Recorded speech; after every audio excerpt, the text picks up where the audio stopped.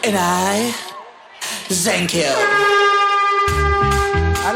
Alam ko na kung bakit yan si number 3. Bakit? Taga San Juan to eh. Oh. Laging nababasa to. Ano na, pasma? Number 2. Sila, number 2, parang ang layo ng iniisip. Parang ang lalim. Sabi niya, mali ba ako nang nasali? Tama. Tama ka. Huwag kang mag-alala. Walang mali sa decision mo. Oo. Tamang lugar. Oo. Oo. Sige. Pasok nyo na yan. Oo. Wala naman yung shot dyan. Yes. Sino? Oo. Parang Disney fairy tale, di ba? Talaga Bakit? ba? Ano? Oo. Bakit nasabi? Di ba lagi may dalawang wicked stepsister sa Di ba? Di ba Yun ganyan ang bubuli. yung mga parang princess, yung mga nagpupuli. Disney princess. Oo. Oo. Nabubuli. Si Anastasia and Grisella. Yes. Yes. Ala, yung tingin sa'yo ni number 3, oh. Or sorry parang na. crush ka niya, Kuya parang, Jong. parang tinatantusan ka na. Parang sinasabi, Jong, isa pa. Ayan, no? Ha? Taas mo yung mic. Kambal ko Taas mo pa. Kambal mo. Bakit kambal? Sabi sa akin ng mga kaibigan kong kamukha ko daw si Jong. Oo. Oo naman. Lagyan mo naman. Huwag kang mag-alala, Jong. Kamukha ko si number 1. Oy!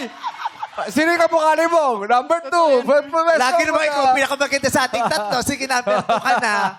Patak ka. Alam mo, kamukha ko talaga siya. Kamukha ko siya. Tanggalin mo makeup ko, ganyan ako. Promise. Kaya tingnan mo, minsan hindi ako pumapasok. Bakit? Pag naubusan ako ng makeup, kamukha kita. Oo nga, Meme. Ang dami Huwag ka nagsasabi. naman sumangayo, nagbibiro lang naman ako. Pero eh. Sagot niya talaga, oo nga, Mimi, sumang-ayo naman. Marami pa nagsasabi Joke-joke lang sa'yo. to dapat eh. Michelle, Hindi, marami meron pa nagsasabi. Ha? Michelle, marami pa nagsasabi sa'yo, kamukha mo si Vice? Oo, ang dami nagsasabi talaga. Minsan nga nung bumili ako ng buko, hinabol talaga ako kasi akala niya, kapatid mo ako, gusto magpa-autograph. Oo, Wakemi. Wakemi. Wala Kemi. Wakemi.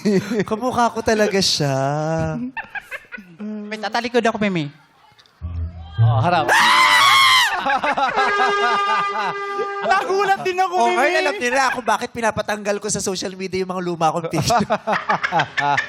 Hindi. Ang ganda mo. Ganda. Thank you. Maliit na bagay, Meme. O Diyos ko, ano ka Hugis ba? bigas. Ang ganda. Ilang taong ka na? Ha? Ilang taong ka na? 44 na, Meme. 44 ka lang. Ako 50 na eh. Pero nauna ka nabulok sa akin. Grabe naman. Kasi, Meme, nagkulang sa fertilizer. Iba kami ng tiklis na pinaglagyan eh. O, 44 ka? Yes. Trabaho mo? Call center. Call center? sample Oo, naman. pag ganyan na itsura, dapat sa telepono lang nakakusap. Grabe. Bakit? Ang una kong trabaho sa ABS-CBN, voice-over. Hindi ako pinakita agad kasi natatakot nga sa akin. Kaya tinatago talaga.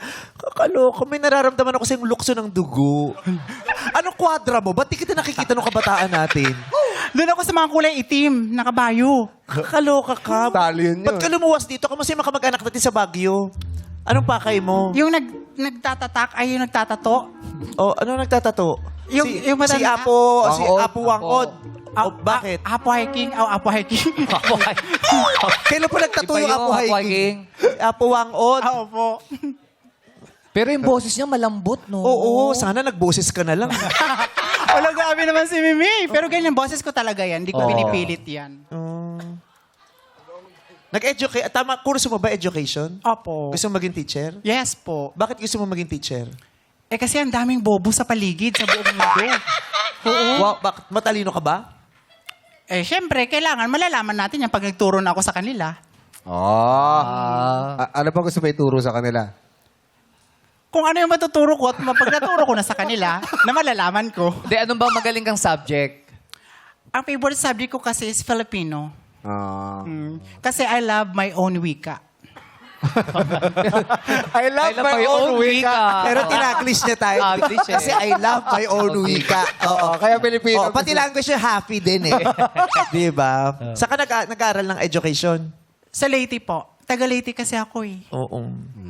Ba't ka nandito sa Maynila para lang sa Miss Q&A o nagtatrabaho ka dito? Nakipagsapalaran kasi sabi nila andito daw